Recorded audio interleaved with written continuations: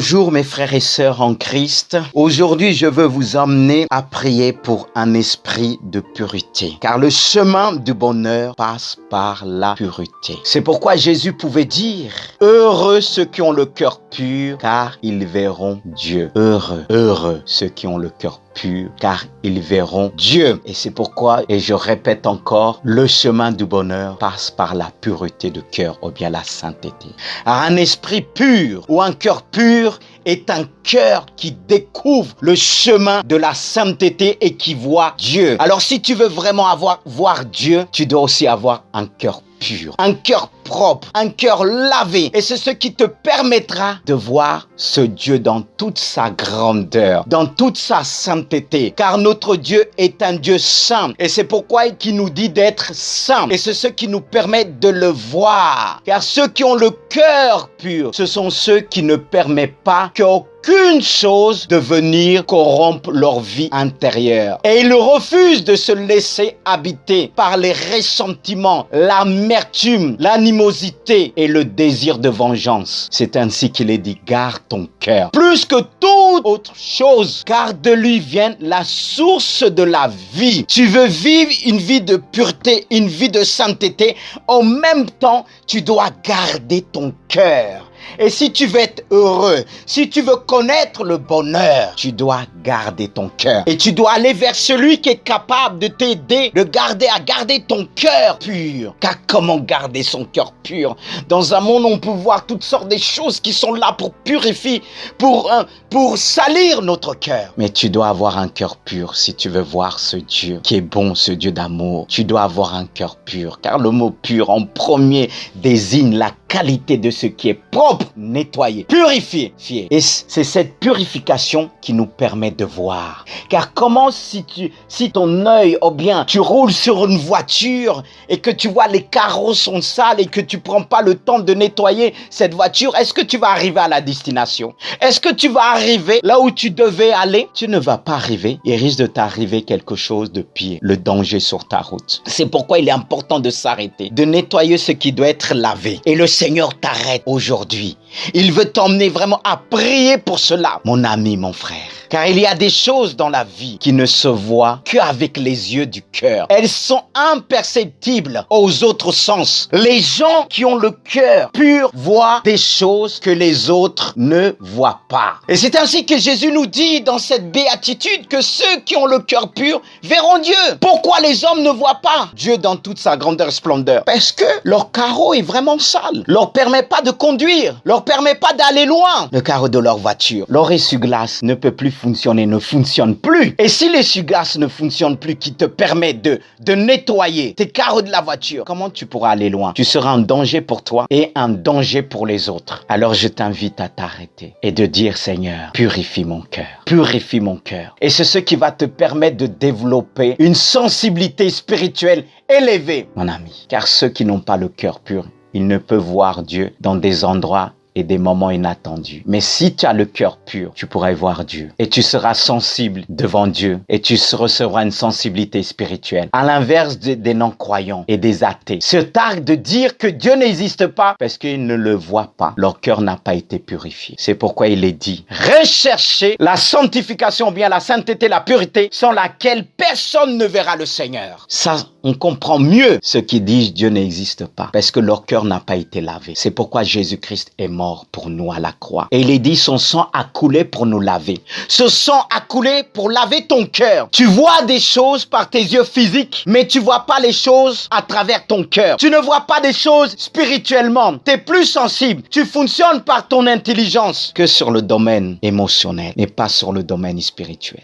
Et tu cherches le bonheur. Comment trouver le bonheur si ton cœur n'a pas été lavé? Si ton cœur n'a pas été lavé, et pourtant tu veux rouler, tu veux monter sur cette voiture, tu veux rouler, tu veux aller loin et t'appuies sur la pédale. Même quand il pleut, même quand tes carreaux sont sales, tu fonces. C'est ton cœur qui est sale et tu n'iras pas loin. C'est pourquoi, mes frères, mes sœurs, Dieu nous invite à prier pour ceux qui ont le cœur impur, pour la pureté de cœur. Et je vous invite ce matin vraiment à prier. Parce que parfois on essaie de convaincre les gens. Mais est-ce qu'on prie en premier que Dieu puisse ôter le voile, laver leur cœur? Comment montrer quelqu'un le chemin si ses lunettes sont sales? Comment le dire? Prenons prend ce chemin si ses yeux n'ont pas été nettoyés, ses yeux de cœur? Comment il pourra ressentir la présence de Dieu si son cœur n'a pas été purifié? Mes frères, mes sœurs, Dieu nous a donné une mission et cette mission consiste à prier pour les hommes, l'homme animal. Car l'homme sans Dieu reste un homme animal. Mais un homme qui reçoit l'Esprit de Dieu devient un enfant de Dieu. Il devient sensible à l'Esprit de Dieu. Parfois on bute devant des gens qui sont voilés, le cœur impur, il ne peut pas voir.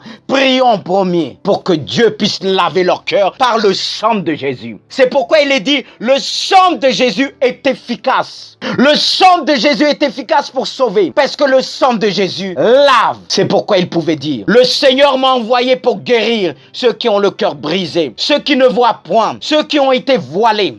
Dieu l'a envoyé pour laver les cœurs. Alors mes frères, mes sœurs, dans le Seigneur, Dieu nous appelle aussi à prier pour la pureté de cœur, pour un esprit de pureté, un esprit qui va recevoir pleinement le Seigneur. Ça me fait penser à Isaïe. Isaïe qui a eu une vision partielle. Il a vu les séraphins qui entouraient le Seigneur sur son trône. Et lorsqu'il a vu cela, il a dit, malheur, malheur à moi, car mes yeux ont vu le Seigneur et je suis impur. Il a crié à Dieu et un ange est sorti pour purifier sa langue, pour le purifier davantage. Et c'est là qu'il a vu la suite. C'est là qu'il a entendu la voix du Seigneur qui dit, qui enverrai-je? Qui marchera devant nous? Il a dit, mais voici, envoie-moi.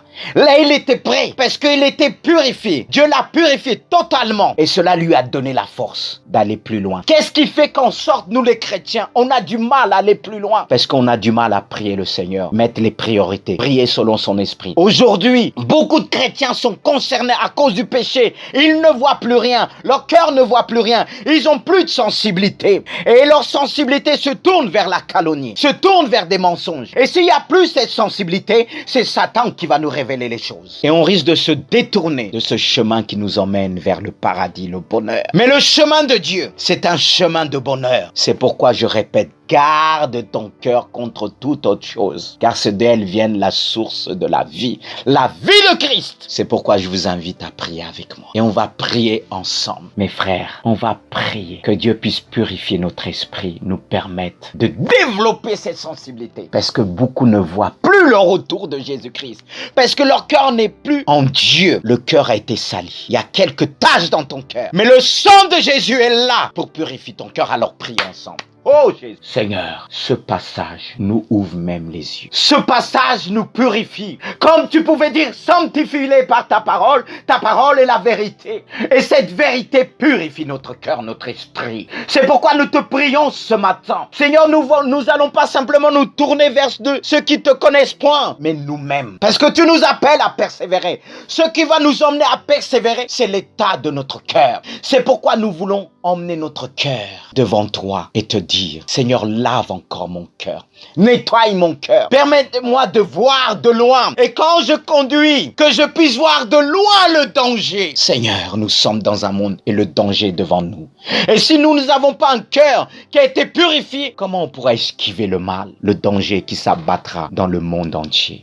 Purifie notre cœur. Isaïe a vraiment prié, il a reconnu sa faiblesse, même s'il avait vu partiellement, il a reconnu qu'il était un pécheur. Elle pouvait dire, malheur à moi, que je suis au milieu des pécheurs. On vit au milieu d'un monde de pécheurs. Le monde vit dans le péché. Et Isaïe a reconnu cela en disant, je suis au milieu des pécheurs. Et mon yeux ont vu l'Éternel des armées. Et Dieu a envoyé un ange pour le purifier. Et c'est ce qui l'a permis d'entendre.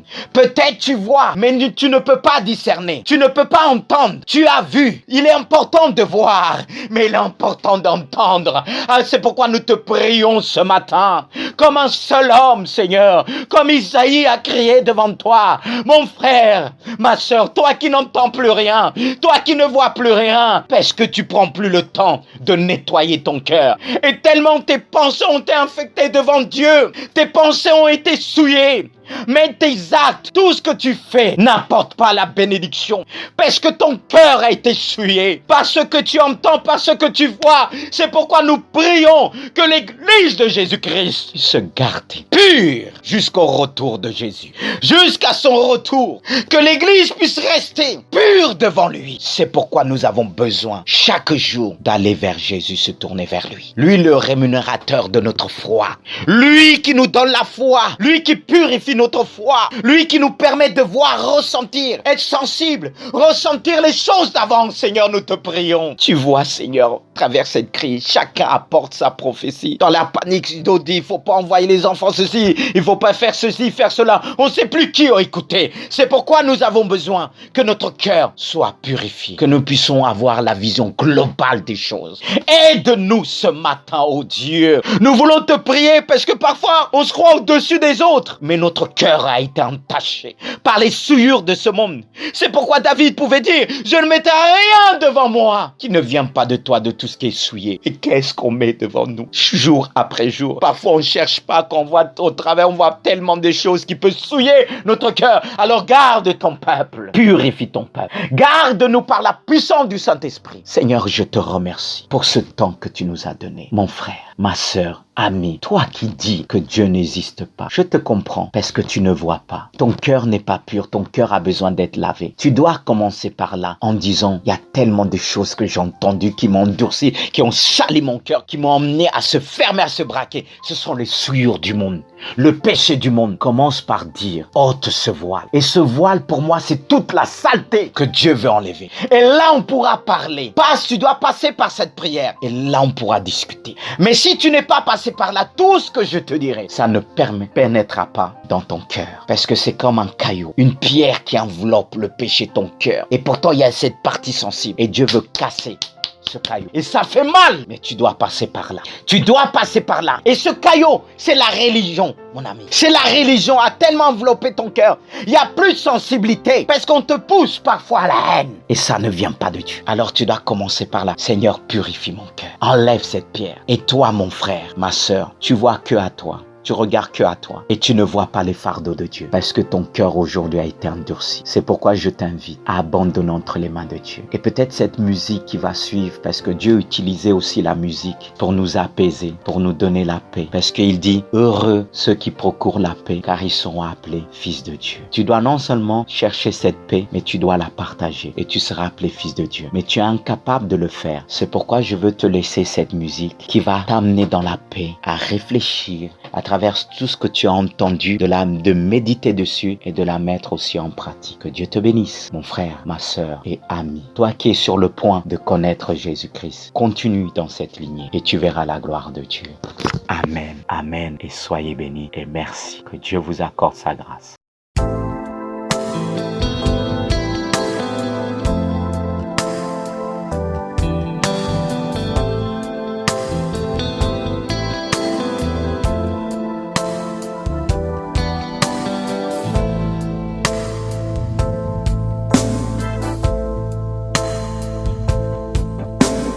Brise-moi, brise tout ce qui est rebelle en moi, et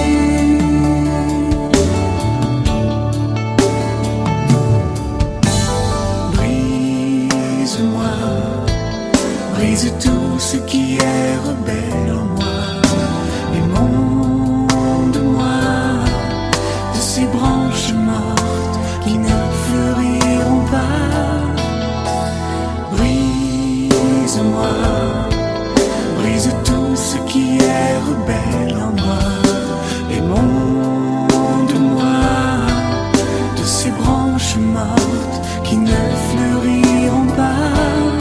Il faut que tu grandisses et que je diminue, que tu grandisses et que je diminue, que tu grandisses et que je diminue, que tu grandisses et que je diminue, Jésus.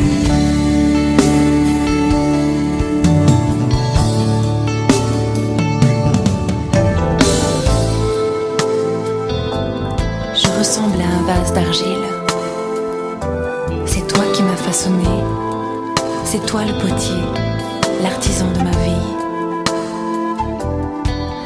Oserais-je nier que je suis l'œuvre de tes mains? L'argile s'adresse-t-il au potier en lui disant « Mais tu n'y connais rien ?» Seigneur, viens regarder tout au fond de moi. Je veux que tu saches tout de moi. Mets-moi à l'épreuve. Regarde si je suis sur une mauvaise voie. Conduis-moi sur le chemin qui a toujours été le tien.